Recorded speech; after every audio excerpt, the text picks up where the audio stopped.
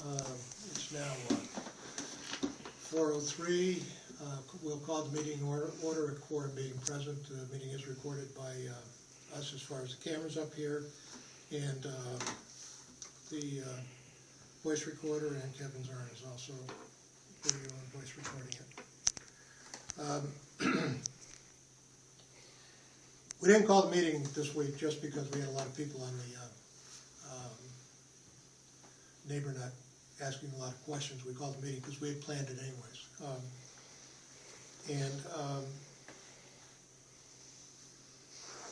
What I see so far is we've got a lot of people we're looking at three vendors right now. We're looking at Wired West, we're looking at Matrix, and we're looking at Fiber Connect. We solicited from them a chart that we can use as a comparison, and I'm going to turn it over to Jeff and ask him to explain it to everybody what we're doing, how we're doing it, and take it from there. I only have 2 extra copies, but I'm happy for you all to take a look and pass those around. I might have one. Okay. I printed out one of them. Won't be quite as current as yours, but here's the third one. But if you need one, you can always ask Mary for one. She will have them. I believe she's got all the documents. Yeah, that same we've, one. This is for the people who haven't been here before. Yeah. Basically what we're doing right now is just explaining to fellow residents what the process has been so people understand what's going on. And so that chart that you see is just a grid that lists the different areas of inquiry that we want to know about these different vendors, and the columns are one for each one of the providers. I shouldn't call them vendors, really. And so what we've done over the last month is go through the proposals that the providers have given to the town and kind of extracted out of those the answers to these different rows that you see here in this grid, so we understand, and then we can do a side-by-side comparison. We've also,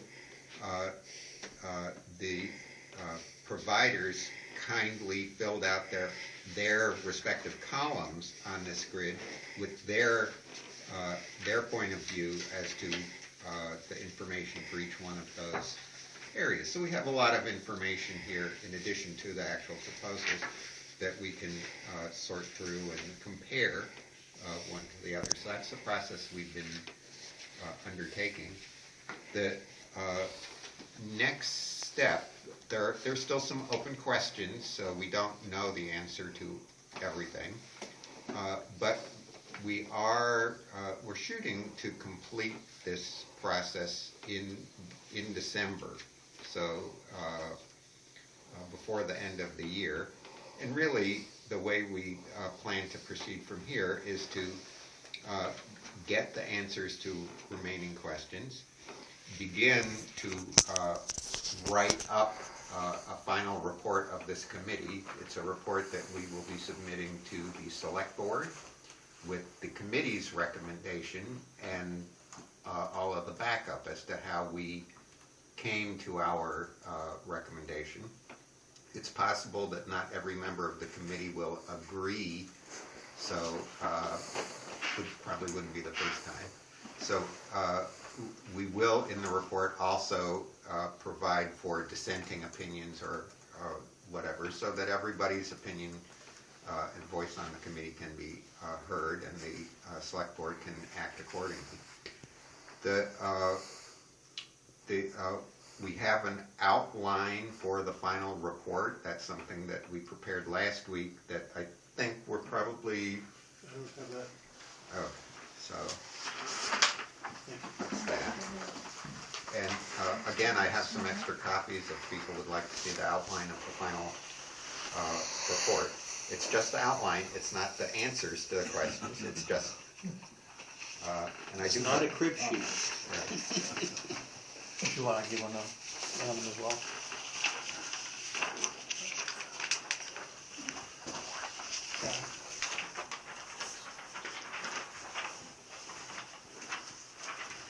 And I think the outline more or less follows what's on the grid. So it's kind of the summary with the recommendation and any dissenting opinions to start. Just a very brief, how have we gone about what the process is, so people understand, that we had some rigor to it and there was method to the madness. And then there are the key factors that entered into the decision, which pretty much mirror what's on this grid. So financial things, technical things, all of those type of things. And then the conclusion, we expect that there will remain some open issues, but that we will have enough to give guidance to the select board. So that's pretty much what we're doing. In a nutshell, Richard? At the previous meeting, you said that you were open to us suggesting more items for the grid. Yes, certainly. Okay, and I emailed those to Yes. you. Sorry I didn't get them to you sooner, so. Got them just today, and Yeah, I understand. just haven't had. So I didn't expect them to be there, just. It'll be around next week. Yeah, It'll be okay, around next week. okay. Yeah, I mean, we'll at least discuss them and we'll see where we can incorporate them. And Yeah, you guys may have additional tests to do as people make additional suggestions. But it's a lot of, the thing I found, it's a lot of information to go through. And the biggest thing here is what we're trying to maintain as much objectivity as we possibly can with this whole process. Some of us may have biases, some of us may not. But the thing of it is that I have tried to step back as a selectman and ask the other people at the committee to take the lead on a number of these items here. And I really want to thank Jeff and I want to thank Eric, both, who have really done really yeoman's work to really do exactly that. So please, this more, I think today will be more question and answer rather than deliberation as to what we're going to do next. That's going to happen next week because we'll have a full committee back next week. But it's a good place where if you do have a question, ask it. We'll try to give you an answer. If we don't have an answer, we'll try to find out what the answer should be. Or we'll tell you we may not be something we're really considering. Do you know when this grid will be filled in and available? The grid from the customer, or from Wireblast and from Fiber Connect and Matrix have already been filled in. Oh, So you could now, you should be able, Mary's not going to be in until Monday, but you could possibly go to the town hall next week and get a copy of the grid for each one of the proponents.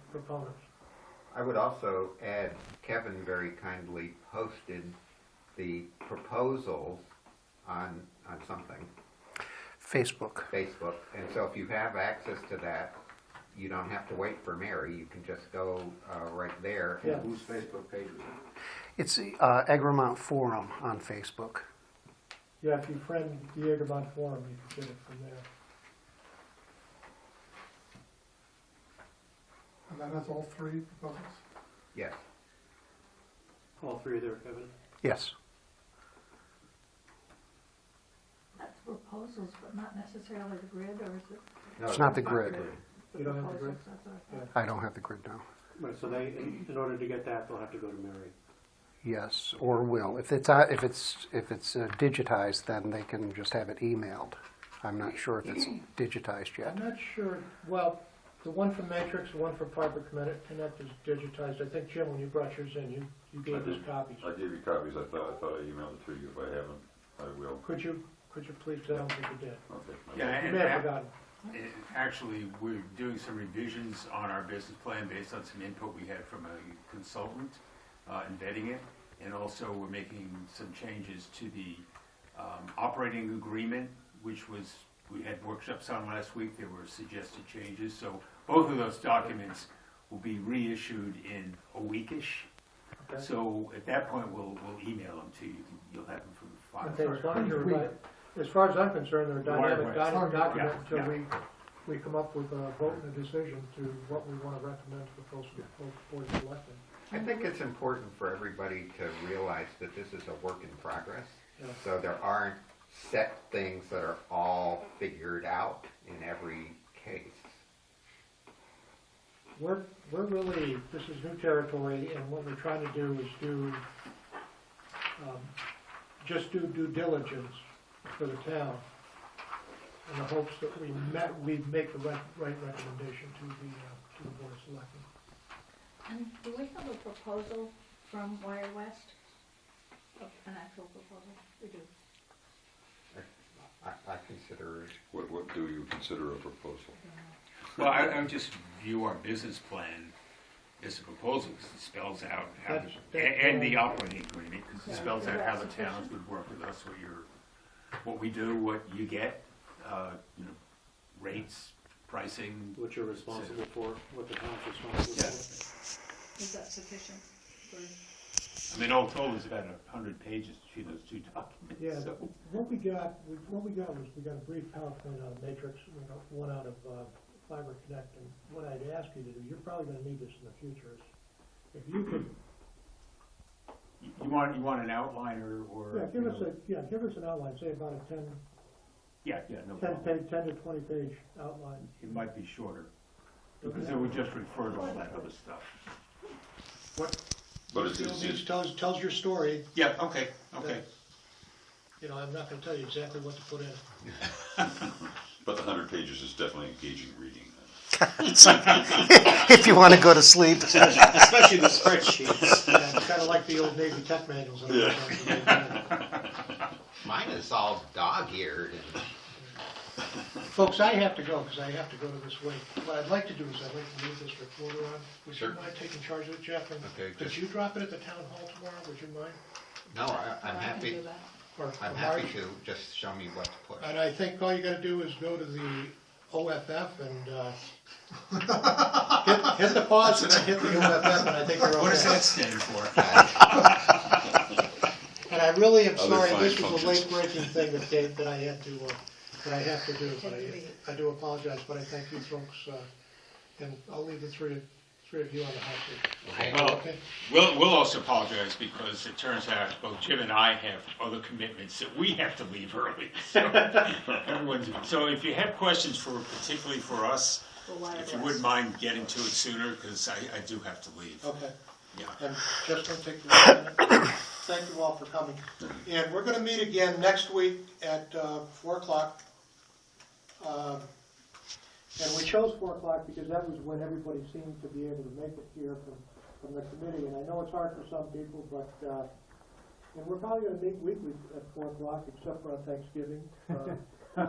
Oh. Because I won't be here, until we make a decision.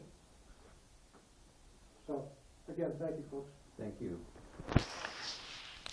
So really, I kind of thought this meeting, for those of you who aren't Egremont residents and on the Egremont listserv, there's been a flurry of emails during this past week on a variety, on NeighborNet and on the Egremont forum, with people just asking what's the status, where are we, what's going on, how's it going? And so I had imagined. Okay. Mark, do you have the key, or do you have access to the key? Yeah, I'm fine. Okay, so I'll leave it unlocked. Yeah, I'll take care of it. I had imagined that we would spend at least a good part of the meeting today answering residents' questions. And we have 4 here, plus all of And us. for you residents, the other people here are the representatives of the 3 companies. Yes. Okay, I'm Hi, Bob. Egremont resident, and I'm totally ignorant of the whole thing. So, is this intended to include television, for example?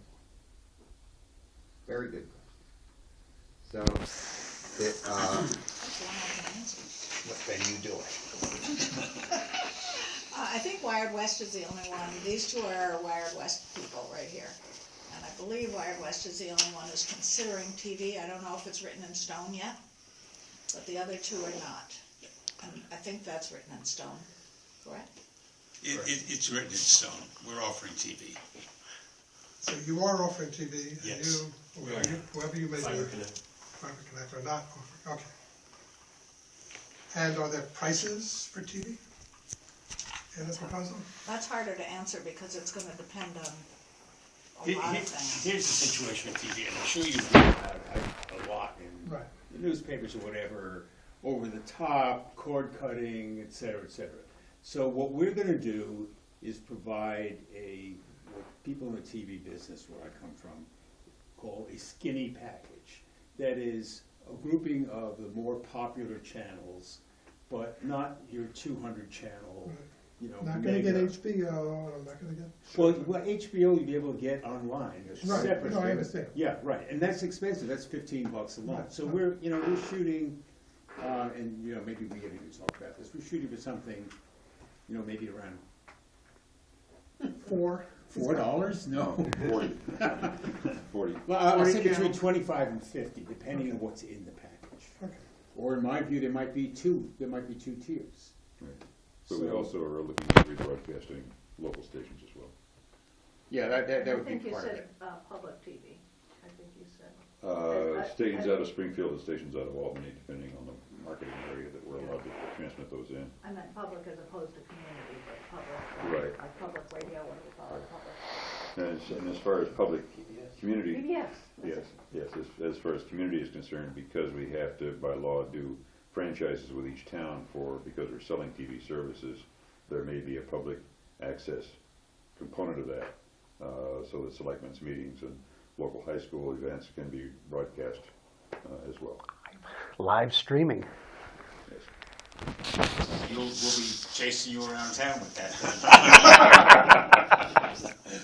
Yeah, so, I mean, to me, that's a big draw, is the micro-programming capability for high school events, public, plays and football games and basketball games and This meeting. this meeting, and, public meetings and those kind of things that just aren't accessible. Yeah, and as most people know, I mean, in Western Mass, we're sort of between two TV markets, but we're not really, technically we're in them according to the FCC, but does anybody here really think of themselves as being part of the Albany metropolitan area? And if you're, in the hill towns, you really think of yourself as being part of Springfield? So we're sort of lost in the middle in a way, and we're going to try and fill in some of that in terms of coverage.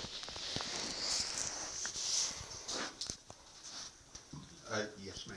How is it that, I'm a new resident, how is it that some people on the list think that there's a commitment already made to Wired West, just out of curiosity? That was coming up, like several people wrote in and said, I thought we'd already agreed. How is that? I can explain that one too, although I'm open, anybody who wants to kick in with a thought can do it. We had a big vote at the town meeting in May, and it was a bond authorization, and the impression that everybody had was that we were authorizing Wired West, authorizing a bond that would provide Wired West with the money to do their thing and provide what we all wanted. And however, the way it was written, and I believe the selectmen are responsible for the way it's written, was carefully written to not include Wired West in it and just say we're going to go for whatever is the best offer for the town. So between everybody's initial expectations and actually seeing it on, nobody read the fine print. Well, the other aspect too is that Wired West has been Working on promoting it the forever. services for the last 5 years, and all of the people that have pre-registered are That's right. pre-registered based on Wired West's program and Wired West prices, and that's, to me, one of the issues that the other vendors need to address, is that MBI wants to make sure that that whatever proposal comes forward in order for them to release the money is a sustainable project.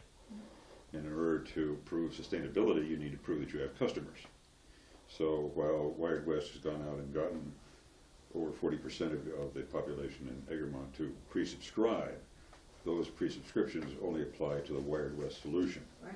So any other vendor that you choose was gonna have the same problem in that they're gonna have to prove that the customers are out there, and the only way to do that is to get them to pre-subscribe to whatever service you plan on doing. And the question is that gonna be something that the town or this committee is going to do, or is the other vendor gonna do? Yes, yeah, I'm interested in two things. Firstly, we have three potential vendors. What sort of infrastructure does each of these vendors have? And what's their background? How many of these facilities have they completed? Do they own their first screwdriver or their first truck? And equally as important to that to me, because this thing started about 5 years ago when we made the initial decision to form the utility company and go forward, and it's still a dream. You know, I'm not sure I'm going to see this in my lifetime. And frankly, that's very, very disturbing to me. It's impossible for me to conceive that this process will take almost 10 years from conception to birth. That's a gestation period that's beyond my comprehension. Well, I can offer some insight. I'm the delegate from Egremont to Wired West. Yes, I'm aware. I'm saying that for people who may not know that. About 5 years ago, the town passed the two municipal lighting plant votes so that we could create the cooperative, which became Wired West. In the interim of 5 years, since the state had not stepped forward to provide any money for the build and to incentivize anybody to do it, Wired West has gone through a whole series of searches for potential sources for revenue to do the build. I can think of 5 off the top of my head that they explored, and they had conversations, they had lawyers involved with it, and then they would say, no, it's, the first one was just raise a bond issue and do it, and it turned out that the interest rates, because Wired West is not a Verizon, the interest rates would be so high, they couldn't possibly afford to provide the service and make enough money to pay the bond issues back and still make it a functional thing, because it would be too much interest to be paid. So then they went in other avenues and looked at other things, which I want to try to elucidate. But what's happened is over time, this search kept going on, and in the meantime, of course, Wired West was always lobbying our representatives and trying to get it out in the public that this is something that's a desperately needed thing in the Berkshires. And finally, the state stepped forward and they built the 123 middle mile, which came to the town halls. And my understanding of that originally was that was supposed to be the last mile. That was supposed to go to the homes, but they just didn't have enough money to do it, so they stopped there. And then they started to fund to say, well, we need some more money, and that's when Governor Patrick stepped in. It took a year to do that.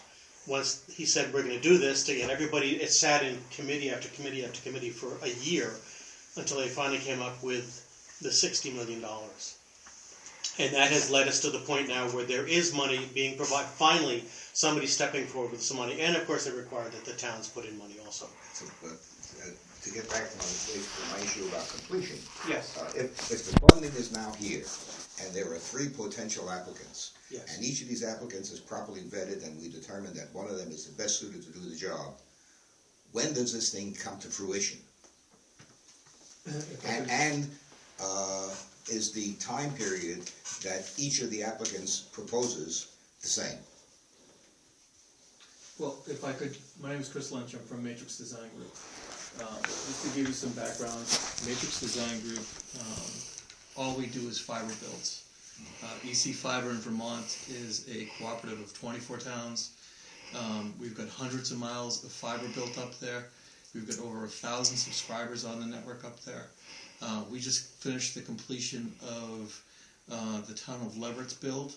They've been turned over, and they were one of the towns who opted out of Wired West. They opted out, yes. Well, I'm not sure if they're technically still a customer or a member. Yeah, they didn't really opt out, they just went ahead and said, We're we're gonna gonna pay for do it this on our own. ourselves. They get tired of waiting. We don't want to wait. But they lit up today.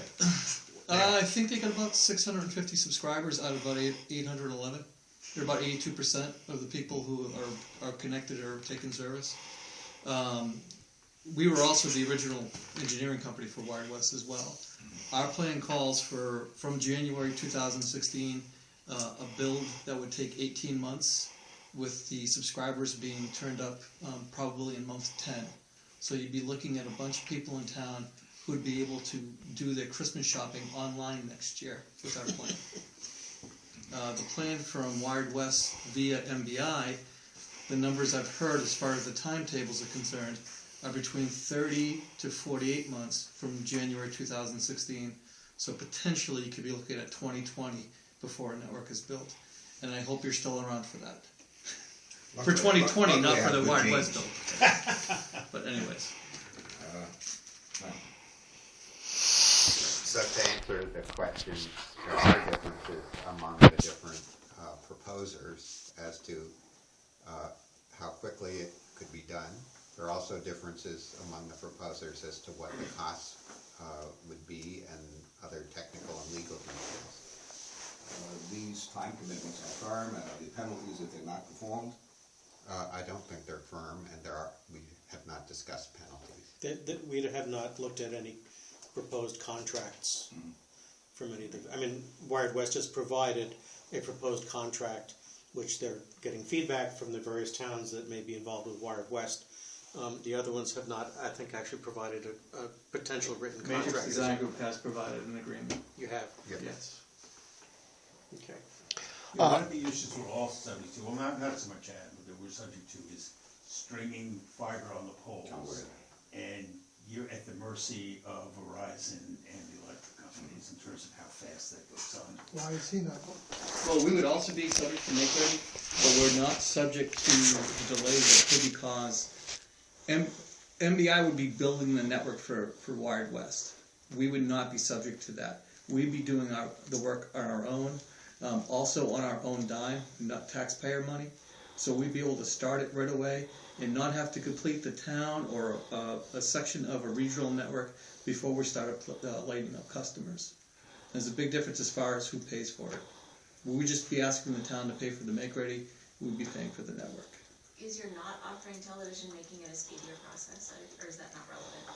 Well, the problem with TV, and Steve can allude to this, is that you have to decide upon your channel package first before you do anything else, because where you're getting your channels and what channels you're going to carry determines everything else, right? It is our belief that once things are lit up, there's a package of TV available from Sling TV today via Dish that's 20 channels for $20. That's a tremendous value for most folks. There's other ways of getting the local channels. There's ways of getting HBO Go, Hulu, Netflix, and so on and so forth. We don't think it's worthwhile putting that type of investment.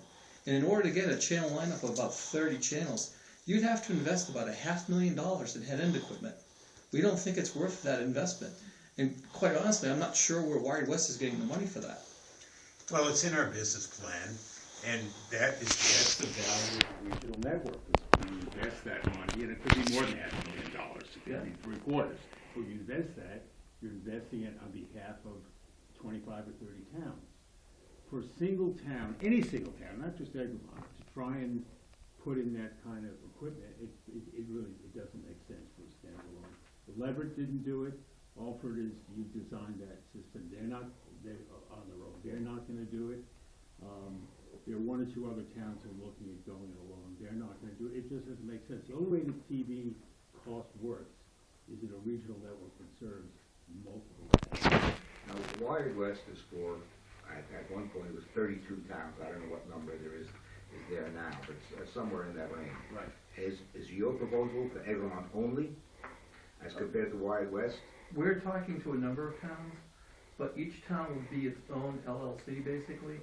And one of the big differences between the plan that we're proposing and the plan that Wired West is proposing is we're also giving the town the option to buy the assets itself. If at any point in the future that you're not happy with our service, or you think that the town can do this better on their own, they have a certain buyout amount that the town can execute right away. And that buyout amount actually happens to be less than the amount that you guys authorized to build a network. So it's a good value from day one. And as the network matures, the buyout cost actually comes down every year after year 3 until at the end of 20 years, the buyout cost for the network is $10. So we're in the business of designing and building networks. We want the town to be happy with our service. We want the town to feel comfortable